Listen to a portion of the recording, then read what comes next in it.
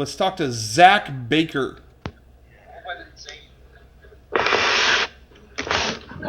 Hello? I just want to respond to Randy Tortilla in the chat. Dead Weather is better than the White Stripes. Absolutely not. Dead Weather makes the same song 20 different times in a row. The White Stripes, with two people, explored the spectrum and had songs about any range of things. The Dead Weather, it's the same woman, hustling cuz, look on my dust, hustling cuz. It's boring. Some songs are good. It gets old. I win, you lose. He's not on the stream, so he can't defend himself. Therefore, I win. Anyway, all right. What's up? I'm trying to fix the picture here. I can't believe you actually answered my fucking call. That's crazy. Yeah, well, you know, you never know. What brings you? Did you have a comment or question? I don't know. I was gonna ask you what your favorite Beatles album was, and then you were talking about Abbey Road, so I was like, well, that kind of blew that one up. I was wondering, you ever seen Breaking Bad? Yes. Yeah, I was not into it when it first came out. The first episodes I remember watching, and I was kind of like, eh. But I came around to it by the end. I really, really enjoyed it. And I rewatched it not that long ago, and I enjoyed it all for what it was. I think when I first saw it, I was kind of comparing it too much to other shows, but I really, really liked it the second time I watched it all the way through. I loved it.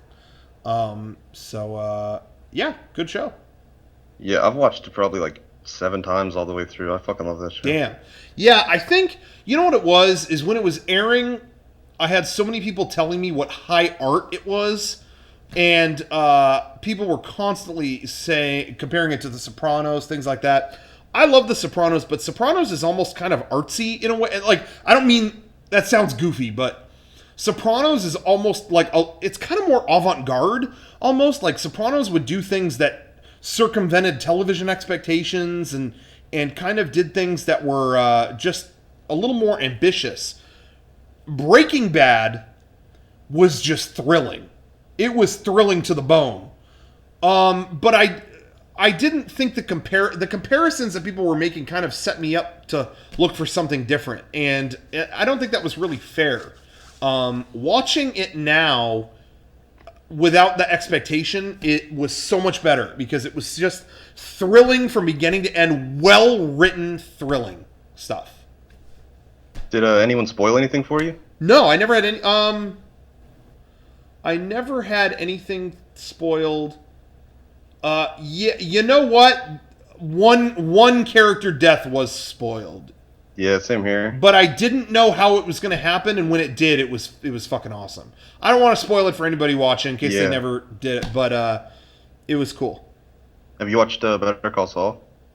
I watched the first season, and I felt like it started killer and fizzled at the end into kind of like, okay, I don't really care. Sue these people or don't. I don't.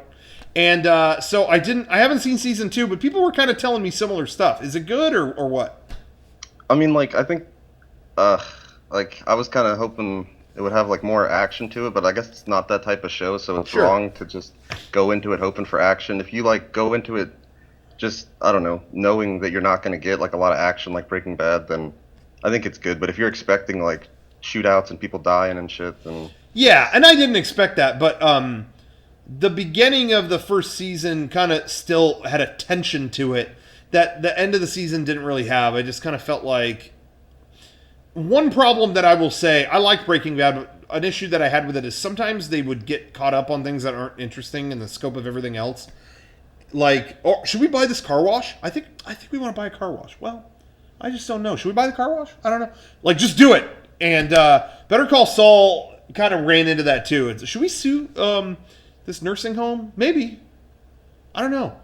I think we could. Yeah, maybe not though. It was kind of like, all right, okay. You know, it gets a point where it's like, all right, I don't know.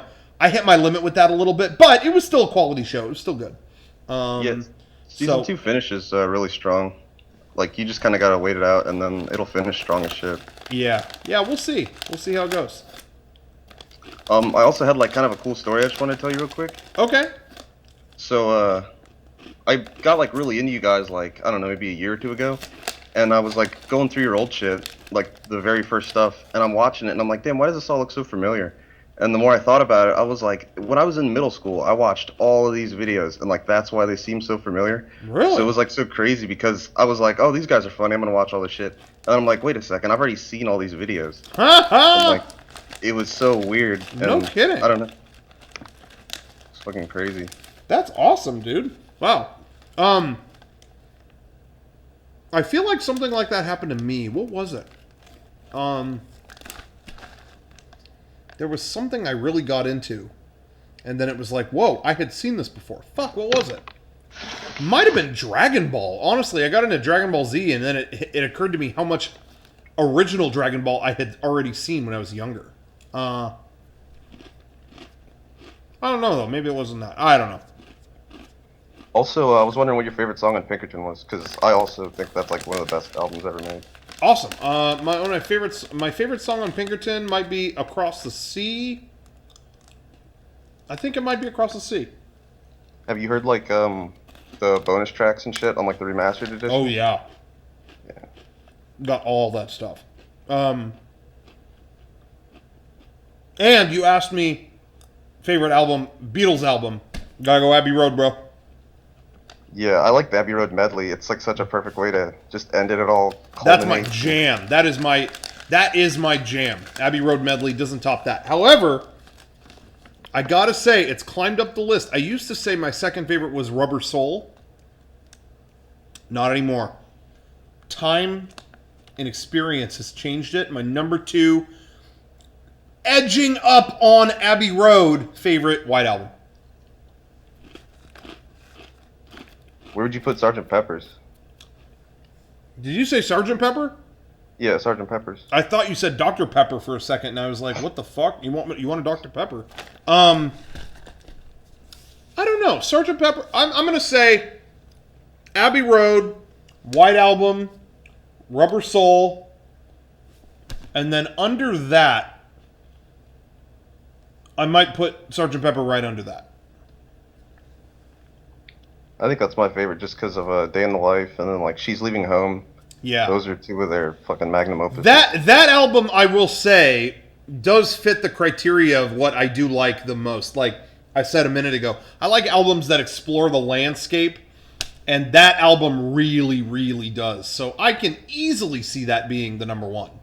But for my personal sensibilities, I don't know. Abbey Road is such a succinct,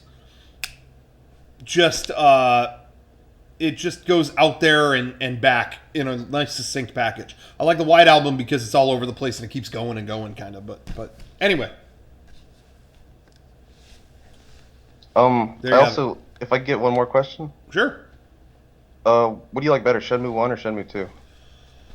I have more fond memories of 1, but I would have to play them both again to know. I kind of don't remember too much. So, yeah.